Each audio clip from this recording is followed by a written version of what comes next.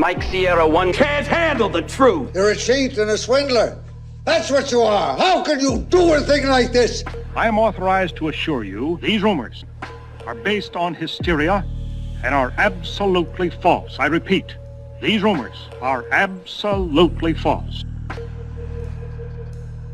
Welcome back, and thank you for joining me once again as I take another look into the relentless lies of Mike Zeroh.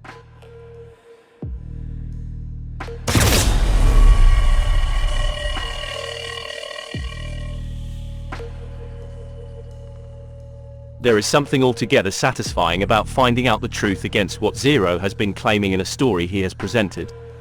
The way Zeroh talks would make you think that insider information is constantly forthcoming from someone in the know, but that can't be true, because if it was, he would actually manage to get things right. Lying will always come back to bite you in the arse, but Zeroh doesn't care about such things, because his money has been made and it's all rinse and repeat as far as he's concerned. If the truth comes out later down the line, then so be it. But regardless of when it arrives, it won't stop me presenting the truth of the matter against Zeroh's works of fiction, or as most would say, clickbait. Currently Zeroh is going hell for leather on Ryan Reynolds, not really sure why, other than his film is due out later this year. It won't matter if the film does well or flops at the cinema. I'm sure there will be just as much drama attached to it after its release, as there was before it came out.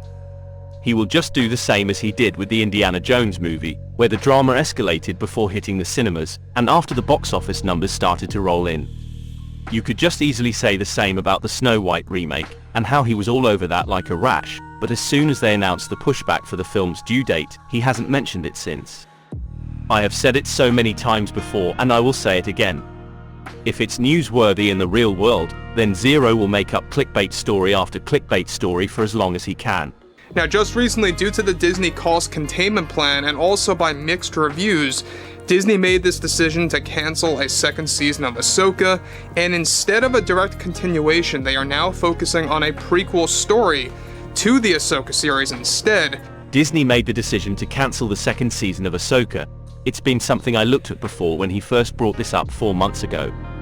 A good many thought, myself included, that leaving the series where it ended would have been completely stupid. There had to be a second season at the very least to help wrap things up.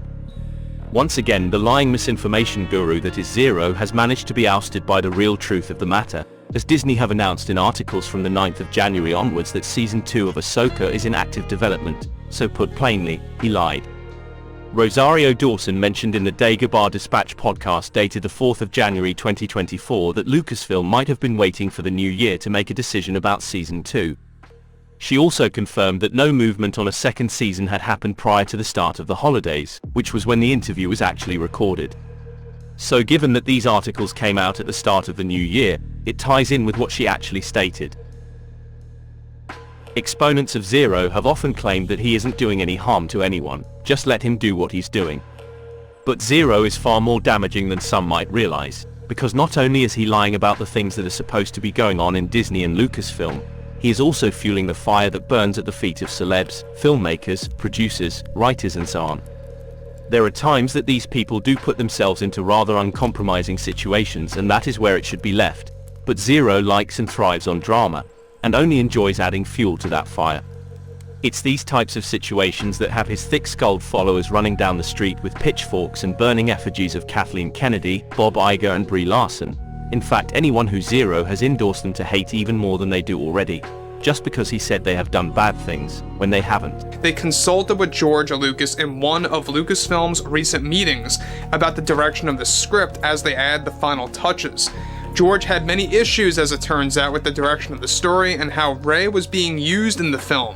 Lucas demanded that the Skywalker should be inserted into the script somehow, some way, such as characters like Anakin, Luke, or even Ben Solo.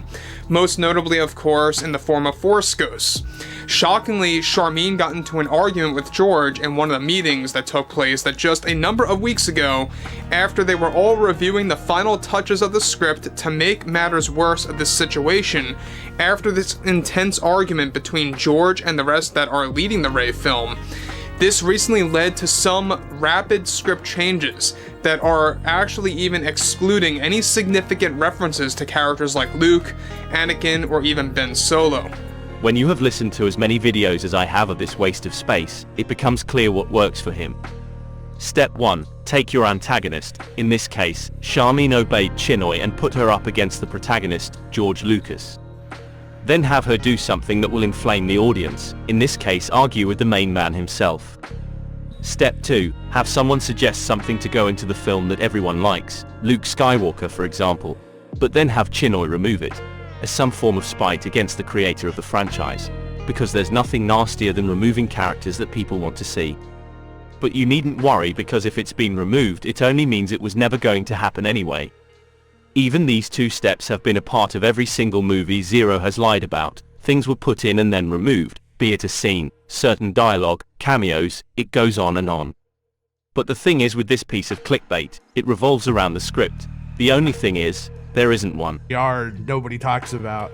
All right, it was widely believed that May 2026 date would see the release of the untitled Rey Skywalker movie led by Daisy Ridley. And there was all this stuff saying like, oh, Stephen Knight turned in a script. Yes, he did. He turned in a script and they all loved it and patted him on the back.